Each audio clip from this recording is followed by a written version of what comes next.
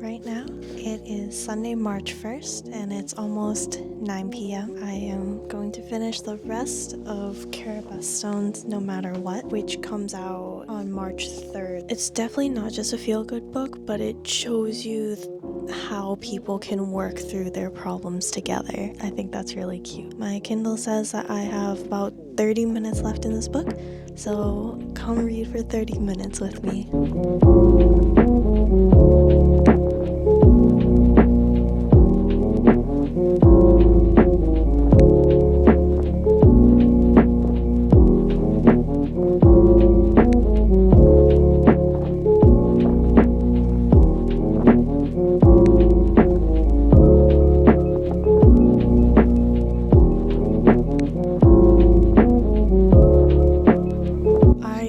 I filmed this part like 6 times over and I keep messing up, even though I want to make a ramble style video with just my thoughts. It's really hard because I find that the way I talk is not very conducive to a video format. Basically, I finished this book way faster than I thought I would.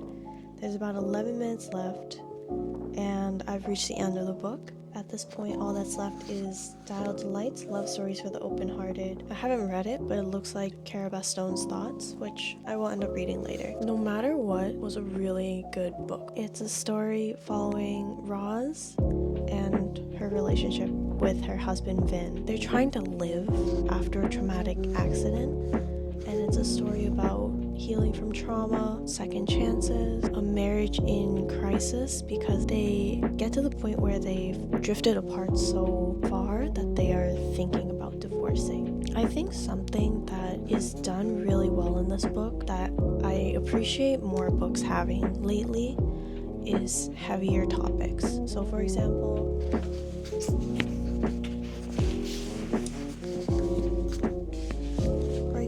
Great Big Beautiful Life by Emily Henry, Say You'll Remember Me by Abby Jimenez, Yours Truly, also by Abby Jimenez. A lot of contemporary ones that I've found are very surface level, or if they talk about heavier topics such as anxiety, mental health, PTSD, grief, anything like that, it's kind of touched upon. I think that these books and No Matter What are written very well in a way where it's incorporated into the story and it feels like a big part of the characters and their journeys. I've heard a lot of people talk very highly of Emily Henry, and they were disappointed with Great Big Beautiful Life because it was a very different style to her typical books, and I also think No Matter What is different than Ready or Not, for example. I like the lighter reads, but I also like the heavier reads that kind of make me think more, and it takes me a little longer to digest. The way that this book started, I was a couple chapters in and I was really confused by the format because a lot of romance books, for example, each chapter is a different character's point of view. This is not that way, and I don't want to spoil it. Essentially, the way that it was formatted wasn't apparent to me why it was that way until 90% of the way through the book. For the first, 15-20%, I found myself annoyed because it just seemed very all over the place. So initially I had a hypothesis for what that was at the end of every chapter, and I was thinking that it was one thing, and in the end it was something that I never expected. Ever since I started dating my partner, I feel like the way that I speak and the pauses that I have, probably due to a lack of proper rest for me, but also because he takes a lot of pauses when he talks. He rambles in a different way than I do. I just yap.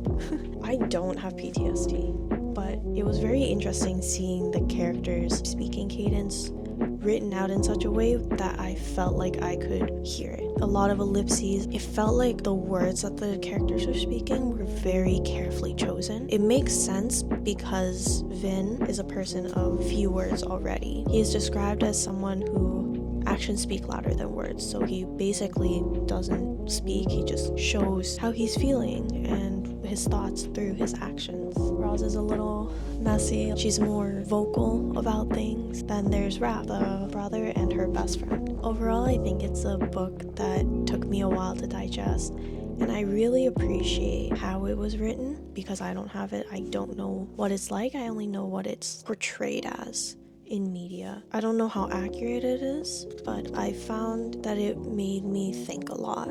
I felt myself feeling for the characters and appreciating their moments of growth. And that's one thing that I found recently with a lot of books that I've read, especially more so with new releases. I found that there isn't much growth, there isn't much personality and depth to characters, but I didn't feel that way for this book. It's just really good. There's a lot of emotional depth. I do have a lot of trauma, and the way that it was portrayed, the way that they struggle with it, fight with it, try to heal from it, just felt very tangible and hopeful. Overall, it was just such a good read. Through the whole list of anticipated reads for this year, this was one of my most anticipated reads, and for a good reason. I had really high expectations, and I went into it not knowing anything about the book. I am so happy to say that it exceeded my expectations. If you haven't read it yet, or if you don't plan on it, you definitely should. It is 100% worth the read.